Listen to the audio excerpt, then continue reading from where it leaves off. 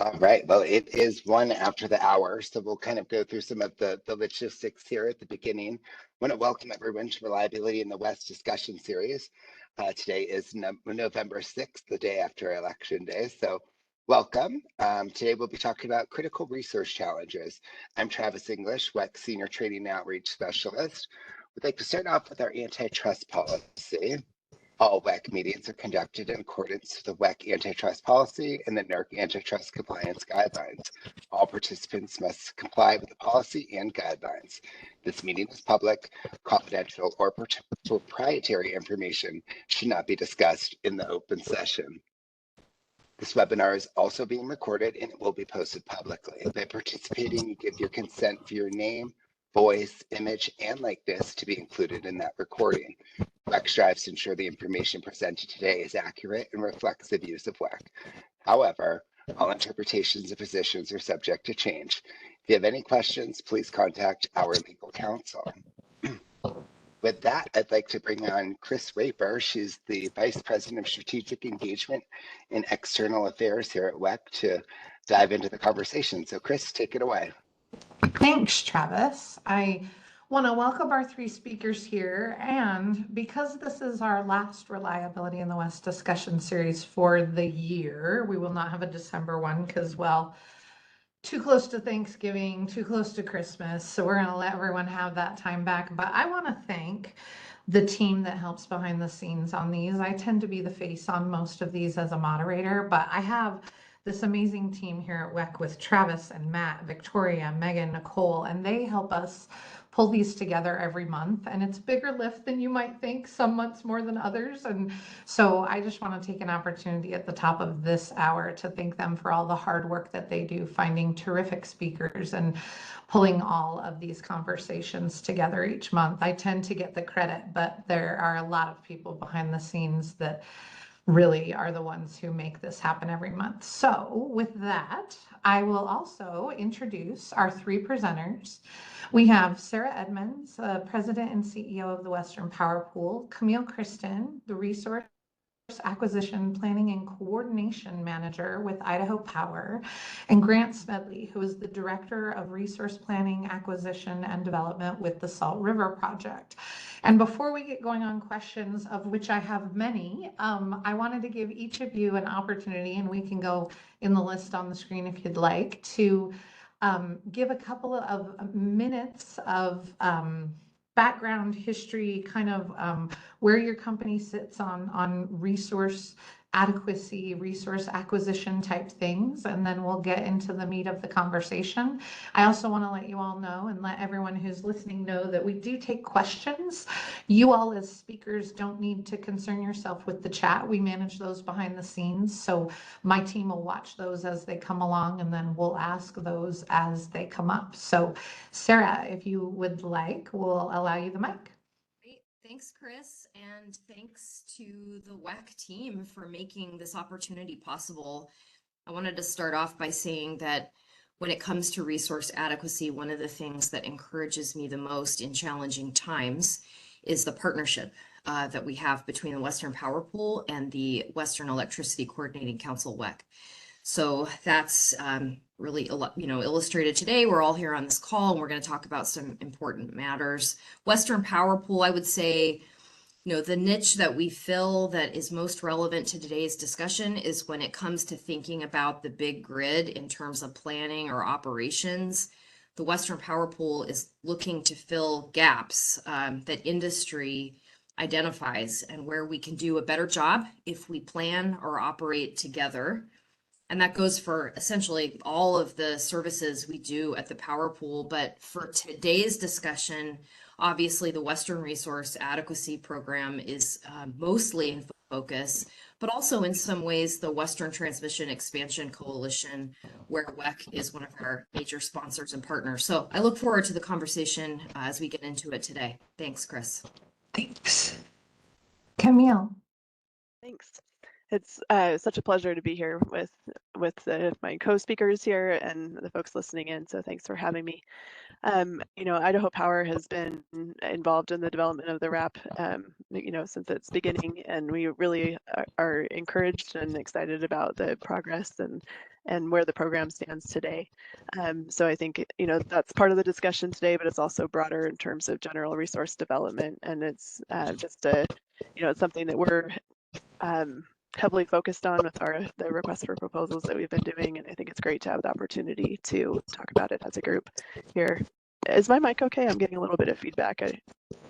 You're good on our end. Okay. All right. Thanks. Grant. Yeah, thank you, Chris, and thanks to the WEC team for the invitation to be here today. I'm responsible for SRP's long-term planning and then resource acquisition and development activities. So, you know, one of the things that we're really focused on, like many other utilities in the West, is a pretty large transformation of our power system, decarbonizing our portfolio, as well as meeting the significant growth needs in our service territory. And just as a little bit of background for anyone that's not familiar, SRP is a not-for-profit, public-based power and water provider. We serve about 2 million customers in the Phoenix area. We have about an 8,000 megawatt system peak, and our mix of power generation is pretty diverse, but it is definitely changing as we prepare for that future. And I think that's why resource adequacy is so critical, and really happy to be a part of the conversation today. Yeah, thank you. Is Salt River Project, are they the largest public power in the West, or is one of the largest? Oh boy, now you got me. I should know the answer to that. I think we're Wasn't supposed to be a trick question. My apologies. I think we probably are the largest in the West, but I know LA is pretty large as well. So maybe I'll leave that for a mystery. Okay. So I'm going to start just sort of, we have a Western assessment, WEC, we have a Western assessment of resource adequacy that we put out each year. And I believe this is the 4th year we will issue our Western assessment, and it will be out teaser in just a couple of weeks. Within the next 4 weeks, I believe, is our target. And each year we have kind of tried to ring a bell on we are running short of resources. And what we've watched the industry do over the years also is change retirement dates of some of the baseload resources, because resources aren't coming online fast enough, or I think initially maybe we just didn't anticipate the expansion of the grid that we now know, I think we all would acknowledge is necessary. The ITCS, they just had an update on that, the interregional transfer capability study that Congress required. And that shows that the system is vulnerable. So high level, right? Those are some of the results that came back on that, which I think in the Western interconnection, at least, there's just no question. So we're in this environment where we need more resources, we need more transmission, a combination of the two, and we've got transportation electrification and just electrification in general. We've got large loads coming on, IBRs, more inverter-based resources. So how are utilities responding to this changed environment that we find ourselves in now, where the load is increasing at such an astonishing rate, and there's new challenges to building the resources? We've got limitations on transfer capability, and we don't have enough generation coming online right now in order to meet the load that it looks like we're going to have. How do we move? How are the utilities handling the environment right now? Like, how are they reacting and responding to that in real time? Chris, I'd like to start just to provide context on everything you're talking about, except for maybe some acceleration factors. Those were all a lot of the original drivers behind why we stood up Western Resource Adequacy Program, WRAP. But you have to keep in mind, and it's amazing to me, that was 6 years ago. 6 years ago, WRAP was launched, and most of the rules, the program design for planning and then operations, most of those were essentially designed and carved out, at least in principle, in that first year. So that's quite a bit of time that's gone by, and now here we are with a FERC-approved tariff and participants all across the West who are in WRAP, poised to turn on all the functionality and really be part of this region-wide resource adequacy program that, importantly, and to your point, brings transparency using common metrics to where we stand as a region, both in planning and what we need in operations. And we've never done that before as an interconnection. That is the first time that we have that kind of operational transparency. And 5 or 6 years ago, we knew we were in trouble. There were many studies done. What has happened is that in the last year or two, the acceleration of some of these drivers has really made the problem very acute and extremely challenging. As many of you know or have heard, although RAP is approved and we are doing much of the functionality, if not nearly all of the functionality, we haven't turned on everything. We aren't subject to compliance consequences. It's very informational. It's all very important muscle memory building and discipline building and good information going out to participants and starting to come back.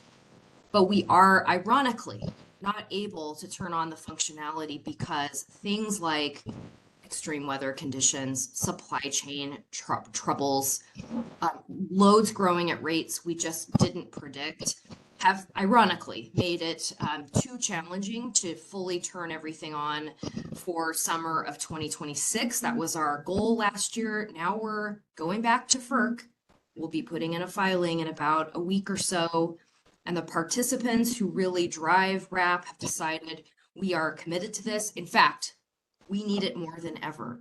RAP isn't going to go away. If anything, the value proposition has become critical, but we do need to make some revisions to the on-ramp into all of this functionality, the transition provisions of the tariff. And that's what we're going to do as an industry, as a region, to ramp into resource adequacy. And I think importantly, and then I'll pass it to others, turn on the functionality that allows us to tap into the extremely diverse resource adequacy capacity pool that some of us need on the toughest hours in the toughest conditions. We can't do that right now. And so that real benefit of essentially getting help, exercising the insurance policy of RAP is unavailable to us. And so eye on the prize, we really have to get to a binding RAP, but it has proven to be much more challenging than we originally predicted. That's where we're at. Thank you, Sarah. I appreciate the context. And clearly, right, that's part of why we have you on this panel, is because I think that the RAP component of this resource adequacy discussion is critical, acknowledging that the CAISO also has a resource adequacy program, so that we're not leaving anyone out for that. But I know that with Camille and Grant, their organizations are looking at the RAP. So for Camille and Grant, then, are all the eggs in one basket of the RAP program getting stood up and moving forward in a binding kind of nature? Or is it all hands on deck for all the different things? I would say it's definitely all hands on deck. It's funny, as I was thinking about this conversation, I think I had that all our eggs are not in one basket exact phrase in mind. So I'm glad you said it that way. I think flexibility is absolutely critical. The planning phases that we go through, starting with the 20-year integrated resource plan, and then moving into shorter time horizons as we get closer to that operating day. It's really an iterative planning process. And as new information comes to light, that can be incorporated, when we're looking at our requests for proposals and we're trying to determine what do we need to serve load 20 years from now, then 5 years from now, then 3 years from now, then next summer. So it's the RAP plays I think a really important role in aligning those metrics, like Sarah said, and making sure that we have that view that really is taking a regional view of the contribution of various resources. But it's a basket of approaches. Maybe I'm not quite sure the right way to say it, but it's everything all together to determine how are we going to serve the load and make sure you have options if one thing falls through. And it's not just generation resources either, it's transmission, like you alluded to, making sure that there's that capability to transfer between entities and between regions. I want to give Grant a chance to answer, but Camille, to your point on all the eggs in the basket, if RAP is I'm going to lose this thread at a given point because I'm not very good at staying on them. But if RAP is a portion of the answer, They are all, are they not, reliant on one another, though, to some extent, in order to be able to get to where we need to get to? Um, I think to some extent, yeah. But when I think about eggs in the basket, I'm thinking about, different options for meeting that capacity need. And so transmission is one, one option. Different resources. There's solar resources, battery resources, all these different types of resources that need to be considered. That holistically together, some combination of them will be ultimately what the utilities need to meet that need. And RAP is a huge value in terms of aligning how we all think about that. But, but we still have to bring those resources to demonstrate that sufficiency. Yeah, I saw Sarah's hand. I want to give Grant a chance to answer, and then I promise I'll come back to you, Sarah. Yeah, no, thanks, Chris. I was just going to say exactly what Camille just added at the end. I think we are, SRP is a big supporter of RAP. We think it's very important to have a common set of robust resource adequacy standards that we're all planning to, especially as our system changes and we add more resources like solar and wind that are variable and batteries that are limited in duration. Like the accounting process behind ensuring that we're adequate in all conditions becomes even more critical. And I think that's a huge value RAP provides, is ensuring that we're all kind of planning to those consistent standards. But as Camille said, the RAP is going to make sure we've got the goalpost in place, but we've got to actually execute and build resources. And for us, it's really been a huge focus on just a lot more discipline around execution, regularly being out in the market and having a regular all source procurement process that we've actually been doing on an annual basis, aligning that with our transmission interconnection process to make sure that a resource can get identified in our plan into the process, through that process, and get built on time. And then in parallel with that, that's kind of our procurement process. We're also working to develop our own resources in case something falls through. We've had over the past few years resources that got denied by our Public Utilities Commission. We've had a resource that got denied by a local city council. I couldn't get a permit to construct, and so things like that happen usually at the most inopportune times, and you end up having to just make sure that you have a plan B, C, D. So just really making sure that we have lots of options and just discipline around execution. And I would extend that even into, we now have an implementation plan for our resource plan that gets built into all of our corporate objectives within SRP that we set and manage from a kind of a leadership perspective. So just a tremendous amount of discipline around getting this done.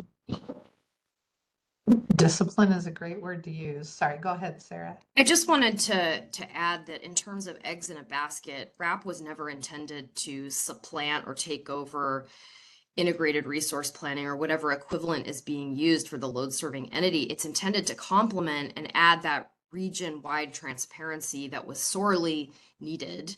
But still, IRP planning is so critical. RAP is also on its own time frame, right? Like the RAP planning process is only 7 months ahead of a winter and summer. Our studies are done 2 years ahead, so there is some information at least 2 years, working towards a 5-year informational study. But again, IRPs tend to be farther looking, and that's a good thing. We need them both.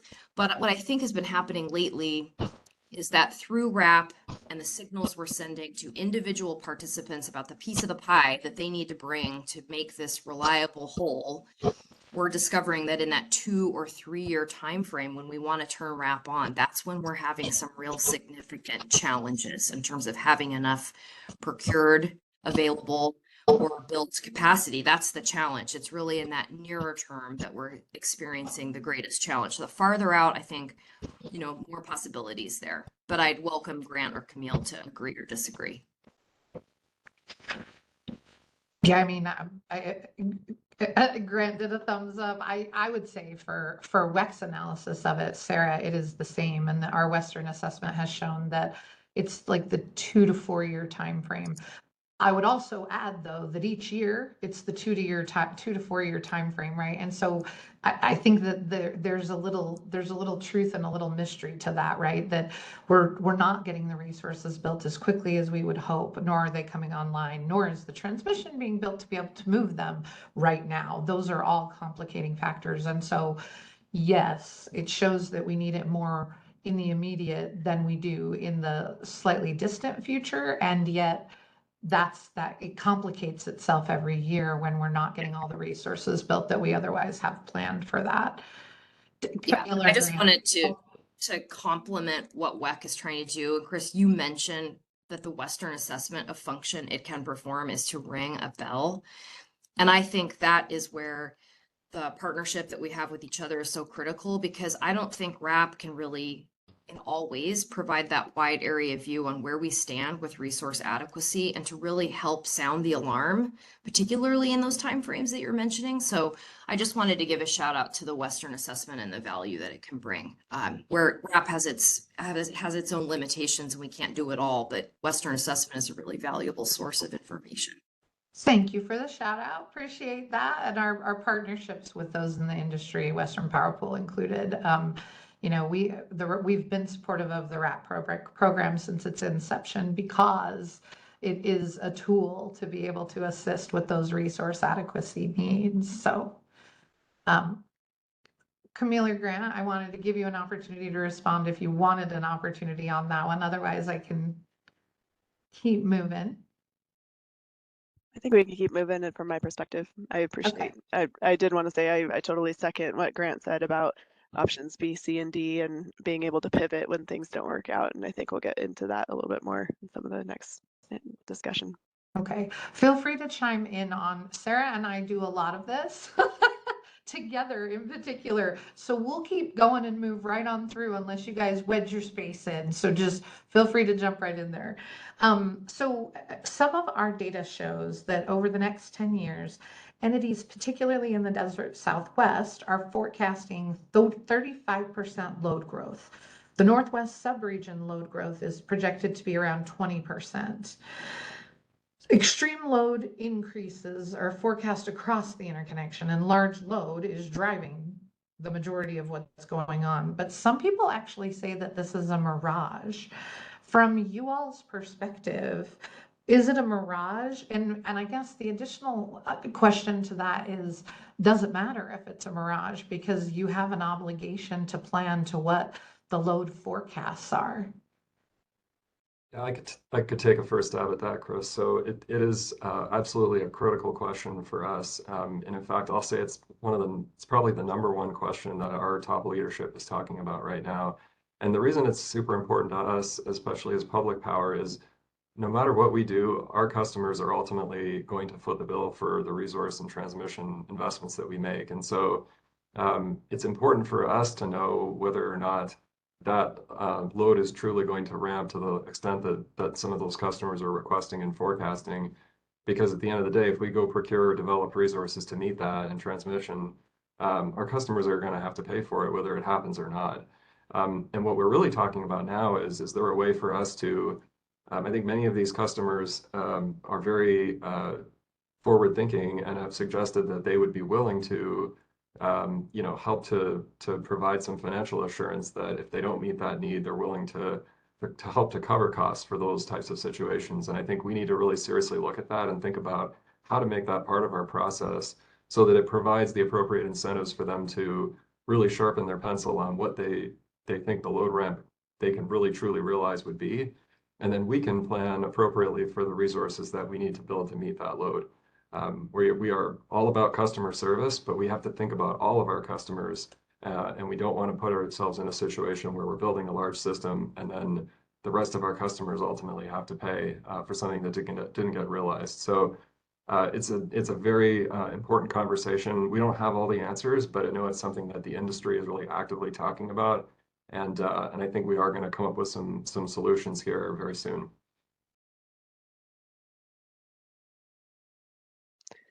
Yeah, I agree with everything Grant said again. I think, it really comes down to that iterative planning process again, where you've got a 20-year look that has one set of forecasts, and then as you narrow down into that 3 to 5 year time frame, maybe you've got new information about what that load might look like, and so you can incorporate that into some of your nearer term planning and resource decisions. But it is a huge challenge. One of the programs that Idaho Power has to help our customers achieve their goals, both in terms of clean energy and bringing loads onto the system, is called a Clean Energy Your Way program, where the customers can enter into a long-term commitment to pay for a renewable project that Idaho Power then contracts with. So we've seen some growth in that area. And I think that's been something that some of those customers have appreciated. But it's got to be, again, all eggs in the basket, all hands on deck kind of approach to have options to meet that and to be looking at different scenarios. You know, say a 100 megawatt load growth scenario versus a 300 megawatt load growth scenario, and just, you know, knowing what the approaches might be under those various scenarios. RAP is very much participant driven, and that includes the data that we're getting. So for the 2-year out loss of load expectation analysis, of course, there are load forecast assumptions that are built into there. Those are largely coming from the participants.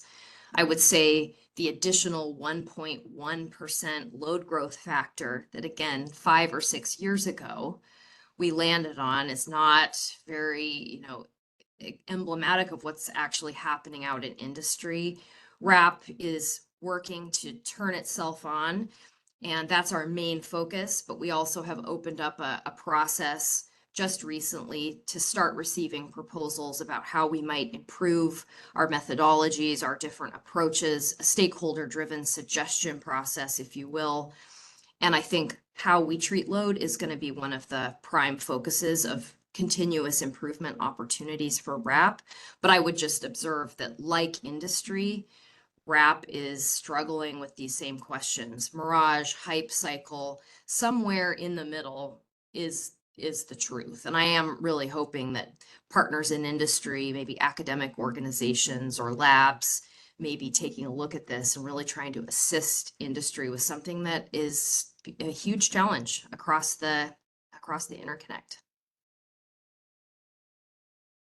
So speaking to some of what you all have talked about, the integrated resource planning, the data, Sarah, you just mentioned, you know, WEC collects data from the many, you know, from all the entities in the Western Interconnection as well. And sometimes there are issues with the data that is received, right? Whether it is thorough, whether it is updated on time, whether we're getting everything. The integrated resource plans that at least I am most familiar with the IOUs, more so than the public utilities, or Idaho Power in particular, having been a former commissioner in Idaho. Is there a system that, I mean, these things are somewhat antiquated, right? We've done these things for a long time in this way. And when you're resource sufficient, an integrated resource plan is an iterative process. It's not a plan that anyone's going to hold you to. It's just a showing, more or less, from just Chris Raper's perspective. Correct me if I'm wrong, but it's a showing that you're planning for the future, for what the future might look like. As far as I know, there's not a commission in the Western Interconnection that would be like, you said in your 2020 IRP that you were going to do this, and now you're choosing something else, because the business model for that is not always the exact same, even a year after that plan has been filed with the commission, much less 6 years after, you know, when the inception of the RAP program began. So are we trying to use antiquated systems to create a future that looks very different than the past? One thing I would highlight that we've done, Chris, kind of to that question, and maybe it's not as much about the specific data, but the actual approach for integrated planning, is we have evolved our integrated resource plan into what we call an integrated system plan. And we recently published that, the first one of those for us as a company. What it really came down to is our planning processes were very linear in the past. So we would develop a resource plan, we would hand that down to the transmission team, they would hand that to the distribution group, and it would kind of flow through this linear process. And I think where we are today is in a much more, like, the urgency and the need for new resources puts us in a situation where we need a much more integrated approach. We all need to be in the same room together. And I can say that for us, that plan, while it was just a plan, to your point, you got to go execute it. We have been, since that time we developed that plan, sitting with our transmission team and working on what are the upgrades needed to the system to connect resources that we got through our RFPs but couldn't connect because they weren't deliverable, making those a part of our capital plans going forward so that we can prepare our transmission system to accommodate the resources we need. like to me, that's true integrated planning in action. And I think that we need to use our plans and translate them immediately into the execution. And I talked earlier about the discipline around that. We cannot afford to wait anymore. We have to execute, and that's what I think it's going to take. I think what I would add to that is, you know, the integrated resource plan, you know, the concept and the structure has been around for a long time, and it does look out a long time, a long period. 20 years is a long time, and you know, but that near-term action plan, that kind of first 3 to 5 or 8 years, is really the most critical piece. And after an IRP is submitted to, you know, completed and then submitted to the PUCs for review and potential acknowledgement, we dive right into the request for proposals planning, and we're looking at additional iterations. The IRP itself looks at different scenarios, different gas price scenarios, different load scenarios, a variety of different scenarios, and then as soon as we move into the request for proposal planning stage, we're still looking at scenarios, and we're still looking at what's the best information we have at this time. So it's constantly evolving. You know, RAP is 1 in 10 loss of load expectation. You know, we're performing that, you know, for different seasons with a fairly short time frame, not the same time frame as IRPs. There may be crossover in that nearer term horizon that Camille mentioned. As I've said earlier, we are struggling to fully operationalize RAP, even as we have designed it from its inception, which is a fairly standard approach. There's all kinds of literature and analysis about more sophisticated planning metrics that go beyond a loss of load expectation, for example. I think RAP's focus right now is there is tremendous diversity across the West among these participants, across our resources that we have, the deliverability that we have, and we need to tap into that. That is what we can do as soon as we can to give some value to our participants. Meanwhile, we're working towards a longer term future. RAP is certainly open to evolving its metrics, Chris, and getting more sophisticated, but let's turn on RAP as it was originally designed. There's a lot of value in that diversity of what RAP can bring, even if it is a somewhat simple start. You know, IRPs and RAP, again, they should work together. I'm seeing more and more IRPs across the West among our participants that explicitly discuss RAP or mention RAP or talk about, particularly in the nearer term, how those things line up. Utilities are going to always have a different approach for their own planning, but the ideal would be a planning process that at least acknowledges and incorporates into that narrative what the picture looks like regionally, and then what that load serving entity needs to do more locally. So to your point, Sarah, about getting RAP moving, right? Putting a system in place in the Western interconnection outside California's, you know, border, essentially, that that can assist and maximize what is on the system right now, right? So that the utilities have more assurance of having enough. I'm curious, you know, WEC tries to have the dialogue across all of the parts of the industry, all of our stakeholder groups, right? Which, as we all know, is a vast number of entities and people, right? And it keeps growing. The more people want to have a say on what produces their power, the more people we have as stakeholder groups. So from a utility perspective, and Sarah, if I frame this in a way that makes you nervous or I do it incorrectly, then feel free to correct me. But there is irony in the fact that the binding date of RAP moved from what I've heard because the utilities can't get into a binding or are not willing to get into a binding period of the program where they would incur penalties the minute that they become a binding member because they are not resource sufficient in the way that the program that they helped create is requiring them to be in order to participate in the program in that way. I want to make sure that framing is okay with you or before I move on. Yeah. And Camille and Grant will weigh in about what this means for them. But again, keep in mind, designing these program rules a handful of years ago, I'll be very candid. Among the participants, we knew that a few participants would be known to struggle with the metrics we were setting up. But I would say by and large, the mindset was, we're mostly going to be fine. We're mostly fine. We're ahead of this problem. We're going to pass the metrics. The Western Power Pool is not an RTO.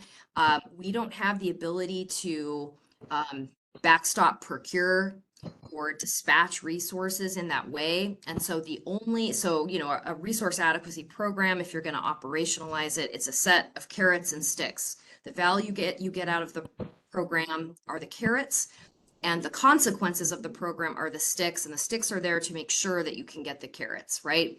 And so the only stick that we had available to us as an organization were these non-compliance penalties, both for failing to meet your planning portion, the portion you're supposed to bring to the RAP program.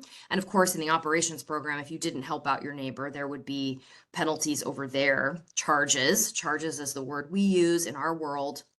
And those were set up originally to be very significant because, again, think about this. Most participants, when we designed these, believed they'd be fine, but they needed to set an appropriate economic signal so that participants wouldn't choose rationally, economically, to lean on the program and incur the charge instead of bringing their fair and full share to the table.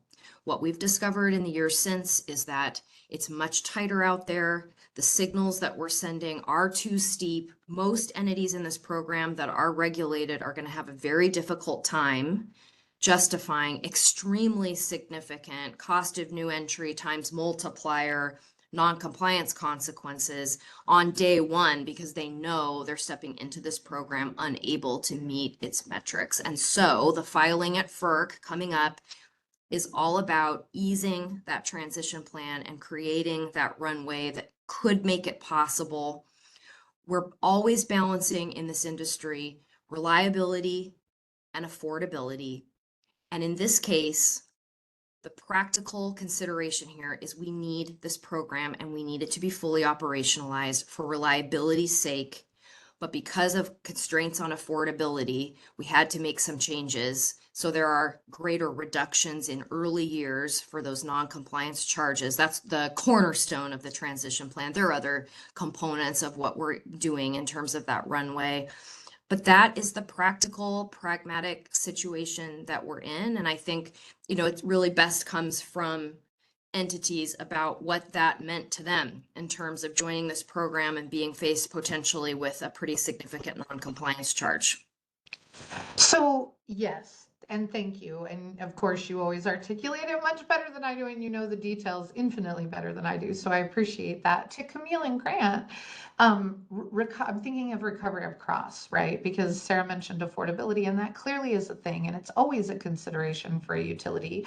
Regardless of whether you're public power or you're an IOU, is there a point at which that pendulum or that balance, right, that teeter-totter has to bend to the reliability component of that? Like, are your utilities internally grappling with that, right? That there is a point at which those resources and that balancing that the RAP can do and that benefit that program can provide is enough that incurring charges, not penalties, is worth the reliability component that you get from it. And part of the reason I ask it from where I do is having sat in the commissioner's seat before, right? At least with the IOU, you're going to go to the commission and ask for recovery of these types of things. Is there any comfort built in about recovery of those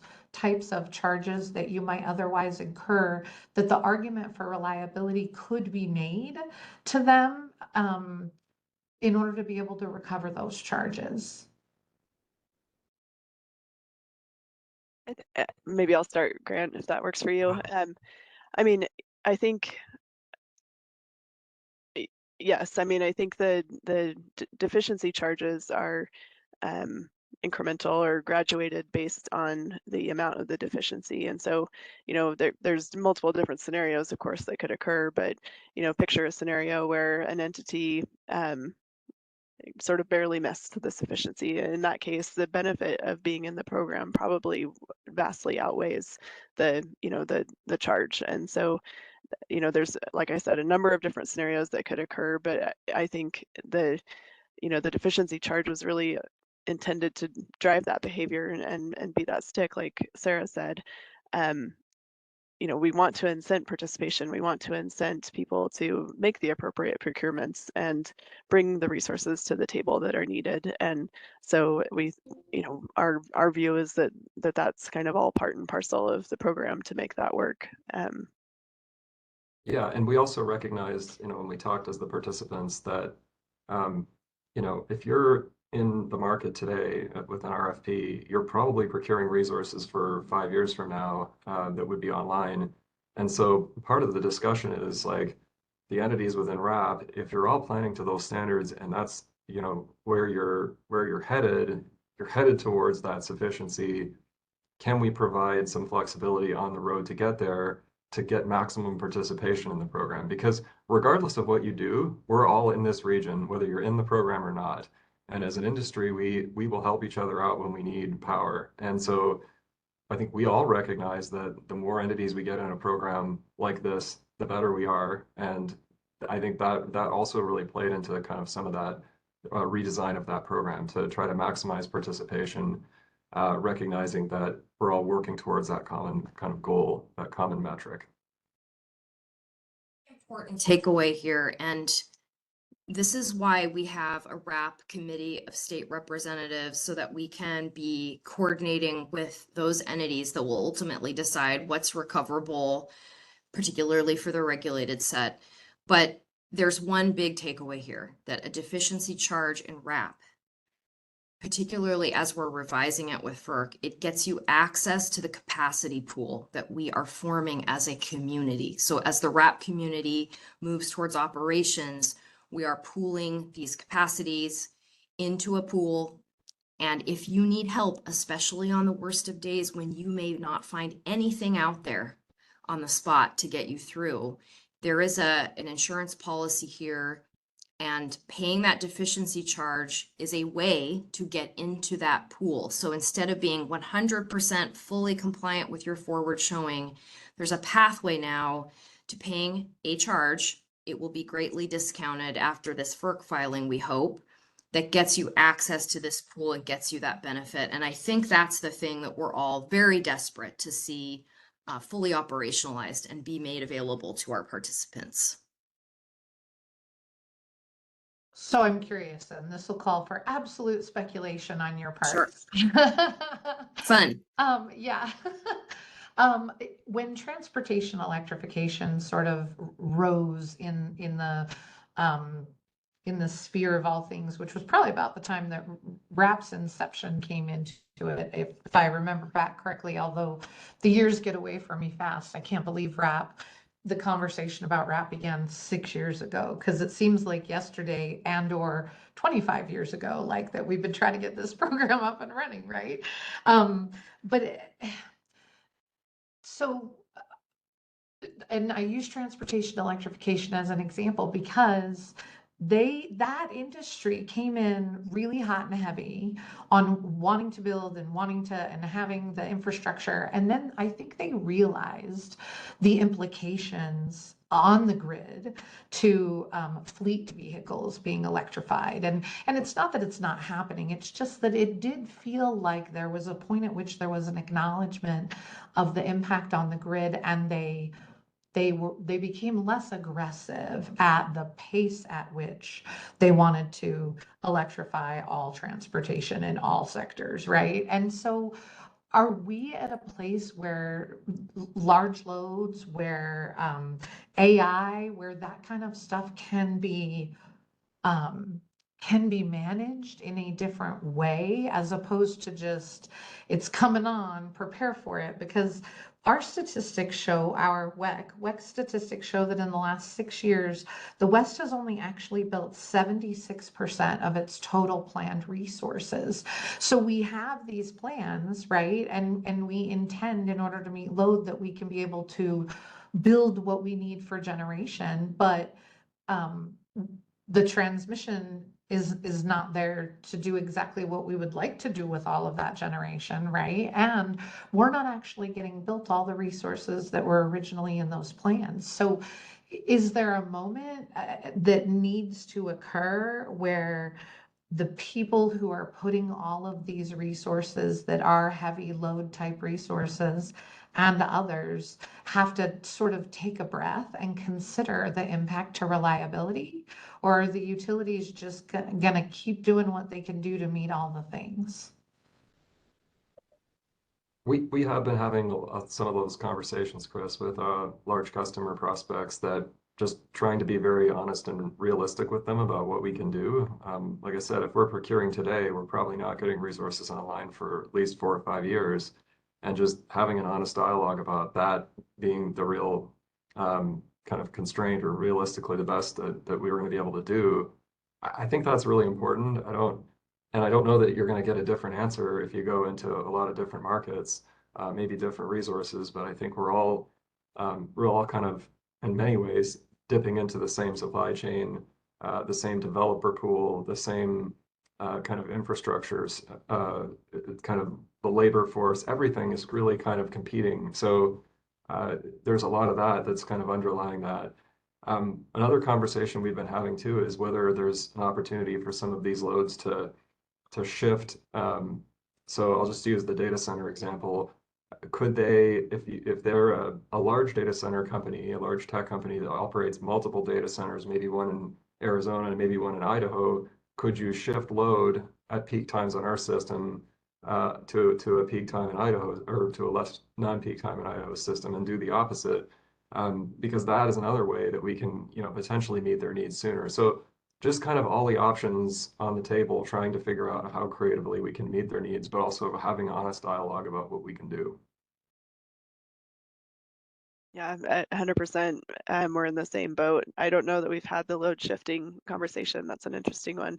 Um, I don't personally know that, but definitely talking with the load customers and exploring, what their needs are, what the supply chain timelines are, not only for resources, but also for transformers and other equipment that may be needed to build out their project. So it's definitely an ongoing conversation. I'm trying to send load to you, Camille. Thank you.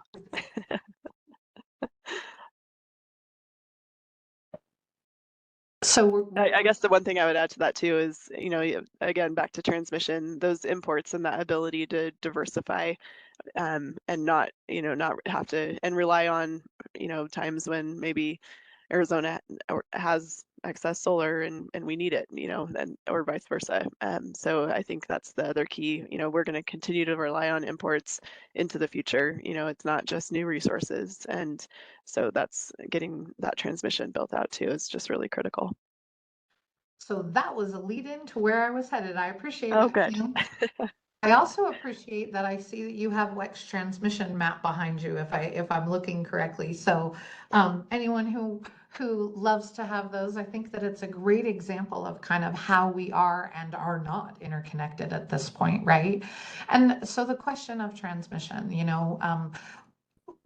resource adequacy is top of mind, and you can't get resources to load without the right transmission in the right places, and particularly in an era of the reliability risks that are associated with wildfires and extreme weather events. And right, though that requires us to move energy in different ways sometimes on the grid, when a portion of the grid is compromised because of some kind of an event. And so should we be talking, I understand the jurisdictional complications of a resource adequacy versus a transmission conversation, but are we doing enough to have a joint conversation about the necessity of those two things in order to not leave something behind? I think that, Chris, that's a challenge in the West because we are having so many important conversations in so many places, right? That's what we do. That's what we're doing in the West. And it does make it challenging. It allows us a lot of flexibility to design the grid solutions that fit us best, fit our company, fit our customers best, but it does make the integration piece of it particularly challenging.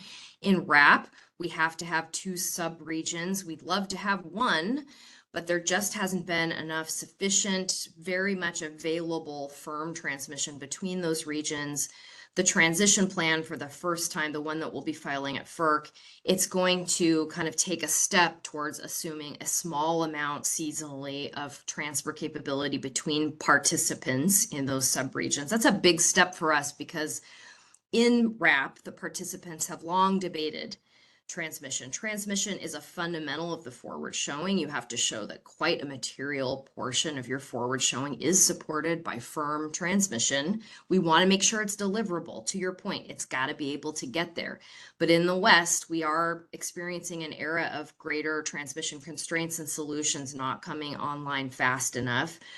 That differentiation in RAP does create a spread on planning reserve margin. So there's immediate economic benefit from addressing that. If there was, sufficiently available transfer capability between the regions, you're going to see an easing off of planning reserve margins for at least one of the subregions.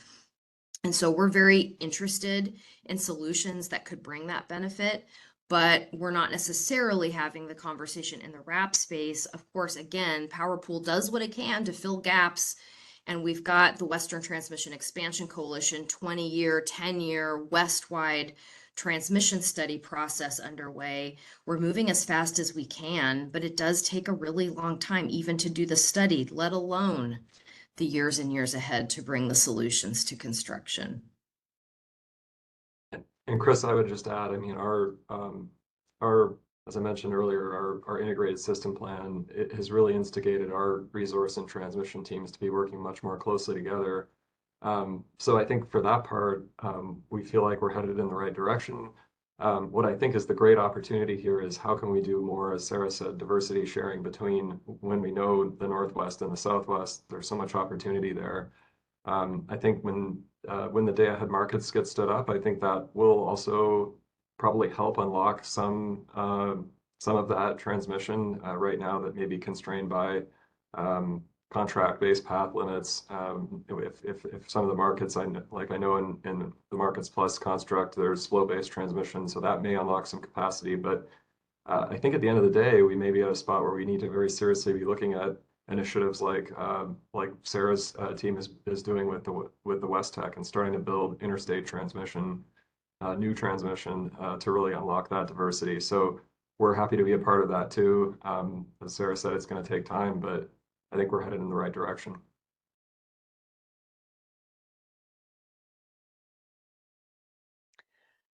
Yeah, it just takes a long time, doesn't it? I think everyone's familiar. Chris, I know you're familiar with B2H, and Sarah, I'm sure we all are. But yeah, it's, it just takes a long time to build it, and you got to be prepared for delays and challenges and all that. But we've got to figure out a way to get there because it's absolutely critical.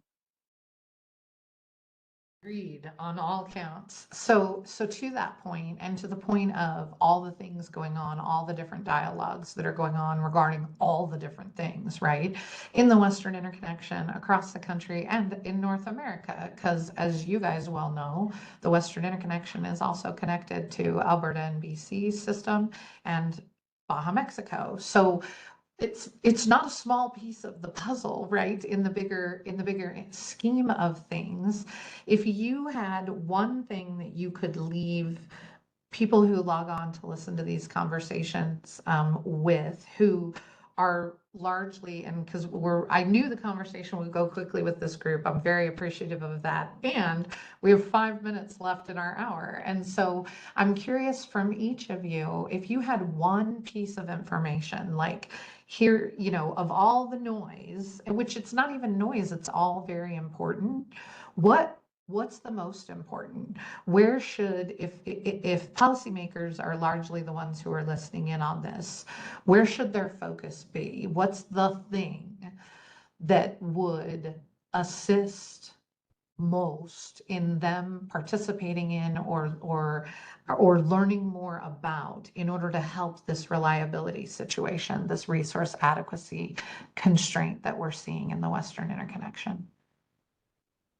I'm Well, it's gonna hard to. jump in. Yeah, Oh, go ahead. go ahead. No, go ahead, Sarah, please. Okay, thanks, Grant. I'm sorry. I'm so excited about the question, so I'm just jumping right in. But I'm gonna cheat because I'm gonna have two. So sorry, but I was too. so one is support participants to be a part of RAP. They need access to this regional diversity for resource adequacy purposes. It's absolutely critical. There's a lot of ways to support them. If they're deficient on resources, they need support to get there. If they're going to pay a deficiency charge under our revised tariff provisions, they need the ability to recover those charges because they're getting the benefit of access to the capacity pool. They need to be supported widely and broadly because we got to get there. Regional diversity is how we unlock this. Similarly, on West Tech, the key to West Tech isn't the production of the study, it's who we included all along in the journey over the next 2 years. So if you don't know what West Tech is or you're not involved, please reach out to me and get involved. Because again, just like a lot of things, we're trying to unlock grid integration and regional diversity, and the nature of a transmission asset, you have to look at it regionally to potentially get the most benefit out of it. Thanks for the chance to offer those, Chris. I was also jumping up and down because I also had two. Camille, if you don't mind, maybe I'll just throw mine out. You can round us out. So one of mine was going to be just general anything that we can do to expedite permitting processes and regulatory processes around new resource and transmission development. So whether it's something like a transmission corridor that's approved that could be quickly executed alongside an existing corridor, or a streamlined resource development process, permitting process, those types of things really do help. I think they are going to be really important to us to just be able to bring those important resources online as soon as we can. The other one I would highlight is anything with supply chain. I mean, we're all, like I said, competing and with the same. We're actually competing in many ways with our customers. I mean, they're buying the same transformers we're trying to buy. So anything that I think can help, make the supply chain more robust, especially for those long lead equipment, things like transformers, solar panels, batteries, those types of things are going to be really important as well. All right, before Camille goes, I got to ask a follow-up to Grant, just because I think that this is a big part of the conversation too. When you say corridors, I hear federal government, right? But I know that sometimes the West feels like the federal government participating or trying to be helpful really inhibits some of the work or the progress that has sometimes been made. So was that a call for federal assistance and or guidance? Yeah, no, thank you for clarifying. Not necessarily. We have a lot of state land in Arizona. I think state land is an opportunity to build transmission. We also have corridors that exist today where, we have land adjacent to them. Is there a way to do something there that could be more efficient? That was the thought. Thank you for the clarification. Sorry, go ahead, Camille. No, that's good. And my first is pretty much the same as Grant's first, I think, streamlining that implementation process, whether it's permitting, whether it's the RFP process, whether anything we can do to kind of reduce the risk of delays in those processes, I think would be hugely beneficial. And the other one is just really a recognition that it's got to be an all hands on deck approach. And, there may be interest in development in certain areas or of certain resource types. And it's, we've to be able to meet these needs and do so cost effectively and reliably, it's got to be a little bit of everything.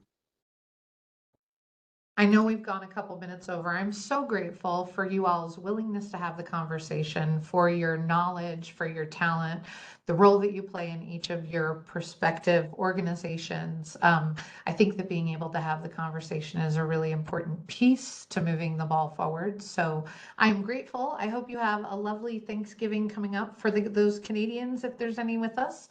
They had, I hope, a lovely Thanksgiving, which is now past.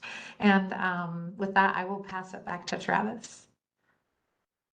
Great, Chris. Thank you so much for guiding the conversation and for guiding them throughout the year. And to Grant and Sarah and Camille, appreciate you taking time out of your busy schedules to share with us and our audience. We look forward to continuing the discussion in the new year. So I appreciate it, everyone, and have a great day. Thanks for joining us. Thank you all. Thank you. Bye. Thank you.